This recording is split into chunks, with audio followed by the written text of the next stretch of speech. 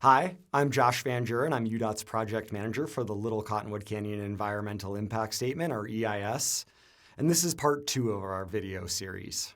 In this video, we're going to review the preferred 6 sub-alternatives that would be combined to support any of the preferred primary alternatives. For more information on the preferred primary alternative, please see part 1 of this video series. But if you want to know more about tolling and occupancy restrictions, mobility hubs and parking structures, Wasatch Boulevard improvements, snow sheds, trailhead parking and roadside parking limitations, you're in the right place. I wanted to discuss tolling and occupancy restrictions first, as we received significant support for these concepts during the last comment period. The goal of tolling or occupancy restrictions is to get roughly 30% of private vehicles to switch to mass transit to reduce roadway congestion. And the EIS shows that to achieve that 30% transit adoption, a variable toll of $25 to $30 per day would likely be needed. Maintaining equitable access to all canyon users is very important to UDOT. To reduce impacts to low-income populations, the toll would only be during the peak traffic periods of 7 to 10 a.m., roughly 50 days per year in the winter, and the toll would only apply to those canyon users traveling above Entry 1. So lower canyon users would not be impacted. If only Little Cottonwood Canyon were tolled, it's likely that some canyon users would go up Big Cottonwood Canyon to avoid the toll. Therefore, it's likely that both Little and Big Cottonwood would be tolled in the same manner, along with improved bus service in Big Cottonwood to provide a reasonable transit option to avoid paying the toll.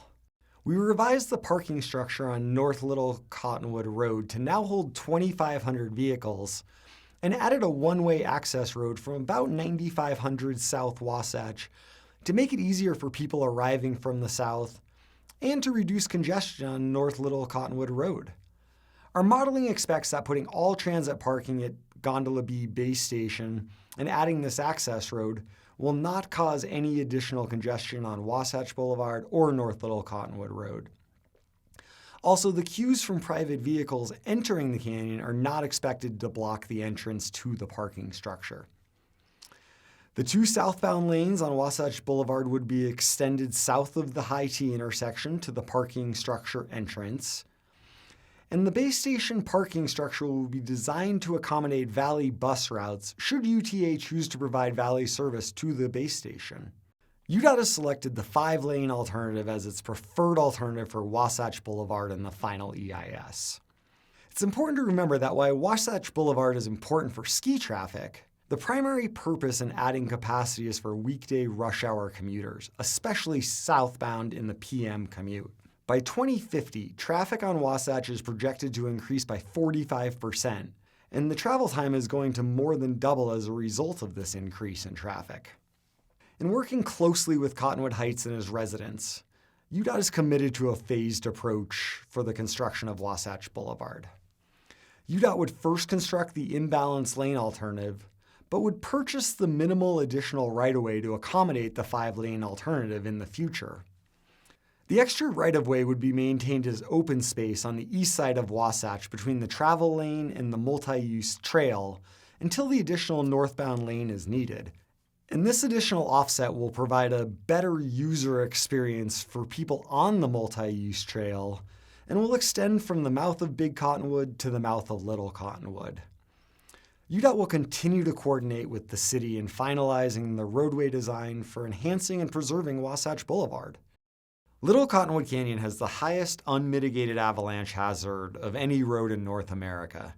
And over a 20-year history, the road is typically closed for 56 hours per year. While some years are lower like this past winter, the previous 2 winters each had an individual closure in excess of 60 hours.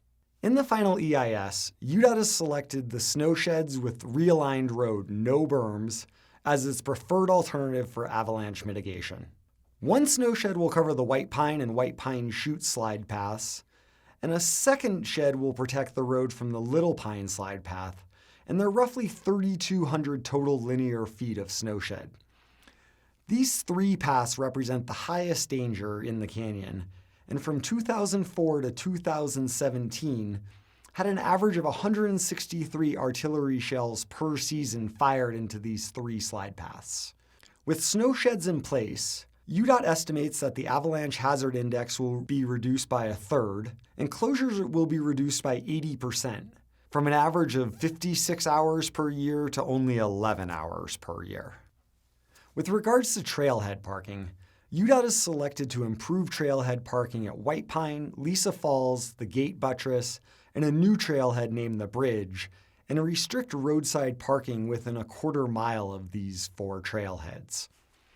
If you're familiar with the recently constructed Grit Mill parking lot, these 4 locations would be very similar and include paved parking and striped stalls, bathrooms, and water quality buffers.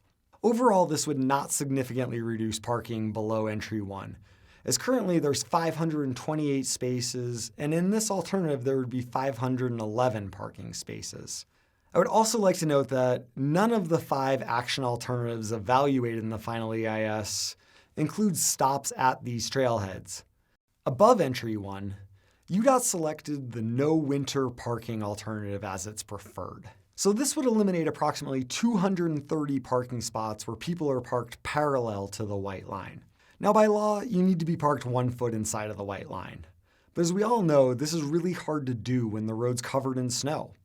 The elimination of roadside parking is to reduce the number of U-turns at the end of the day, and also vehicles parked over the white line, which reduces the lane widths, resulting in traffic slowing and safety concerns. Also, the occupants of these vehicles turn into pedestrians, often walking in the roadway. If you already watched part 1, then you can skip to the end. But if you haven't, I wanted to make sure you are aware of the 45-day comment period in our schedule moving forward.